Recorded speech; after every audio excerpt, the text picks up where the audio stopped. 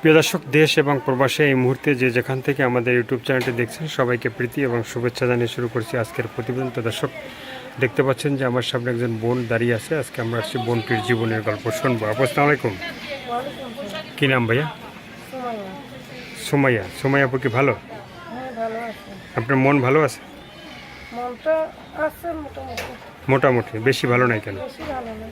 কেন নাই ভালো? যদি সংসারে কষ্ট থাকে, অশান্তি থাকে, কেমনি ভালো থাকে? কি কষ্ট আছে আপনার সংসারে? অসুস্থ বাবা আছে।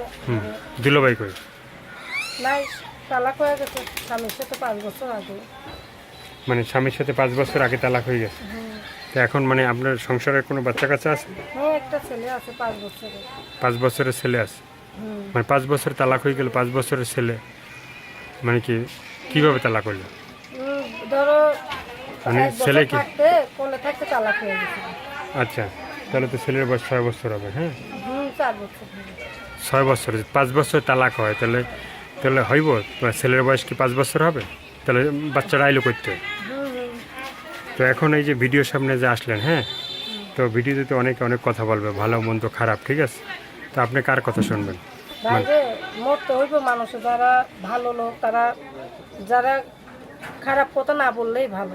ভালো পরিবেশে কথা বললে আল্লাহর কাছেও ভালো। একটু ভালো পরিবেশে একটা অসহায় মেয়ে কষ্ট করে ট্রিটমেন্ট মাঝে গেছে, তাদের কষ্টটাকে নিয়ে মানুষের যাতে হাসি ঠাট্টা না করলেই ভালো, যাতে একটু কষ্টটাকে বোঝার চেষ্টা করে। এটা আমি বলি প্রবাসী ভাইদের কাছে, যাতে কষ্টটাকে বোঝার চেষ্টা করে, যাতে আমার সাথে নোংরা ব্যবহারে কথা না বলে। আর এটাই বলি, মানে আপনার সাথে কেউ নোংরা কথা বলবে না। হ্যাঁ, সবাই ভালো কথা বলতে চাইবে, বলবে। হ্যাঁ, তো আপনি সবার সাথে ভালো কথা, ভালো ব্যবহার করবেন। হ্যাঁ করবো। কি বলতে চান আপনি? বাইরে যাতে আমার বাবাটা অসুস্থ আছে, আমার বাবাটার জন্য আমি একটু ইউটিউবের মাঝে আসা, একটু প্রবাসী ভাইরা যদি একটু আমার দিক টাকা একটু আমার বাবাটার জন্য যদি একটু সহযোগিতা করে একটু খুবই ভালো হইব। মানে খুবই ভালো হবে। বাবা কি করেন? বাবা একদম বৃদ্ধ, চলতে ফিরতে পারে না। আগে কি করতো? আগেও যে আমাকে সাপ খেলা দেখাইতো। সাপ খেলা দেখাইতো? আপনি কি গ্রাম ট্রাম করেন? না, আমি লোকের বাড়ি কাজ করি, গ্রাম করি না। লোকের বাড়ি কাজ করেন? লোকের বাড়ি কাজ করলে আপনাকে কেউ পছন্দ করে না? পছন্দ করলে কি হবে ভাই? পছন্দ করলে তো আর হবে না ভাই। মানুষ, আমি একটা জায়গায় বিয়া বসে আঘাত পাইছি, বুঝছো ভাই? এখন একটা কাজ করলে আমি ভাইবা চিন্তা করবো। আমি তো আমার জীবনে আর কষ্টটা চাই না। যে হুট করে বিয়া বললাম, সেখানেও যদি কষ্ট দুঃখ হয়, একটা মেয়ে একখানে কিনে আরেকখানে গেলে একেই বদলাম। তা আমি বিয়ার সাথে বইমু, ভাইবা চিনতে বইমু। আবার বাবাটা অসুস্থ, তাকে তুই আর বিয়ের কথা তো এখন ভাবতে পারি না, যে আবার আমাকে দায়িত্বটা নিতে পারবে।